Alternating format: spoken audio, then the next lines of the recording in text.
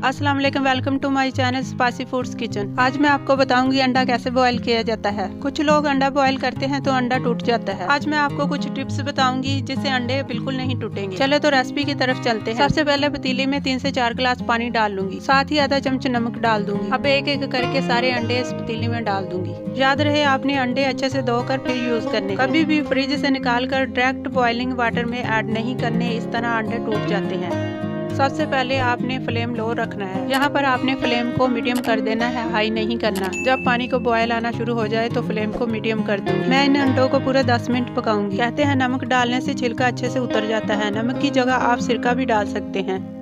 तो यहाँ पर 10 मिनट हो चुके हैं और अब अंडों को निकाल लूंगी।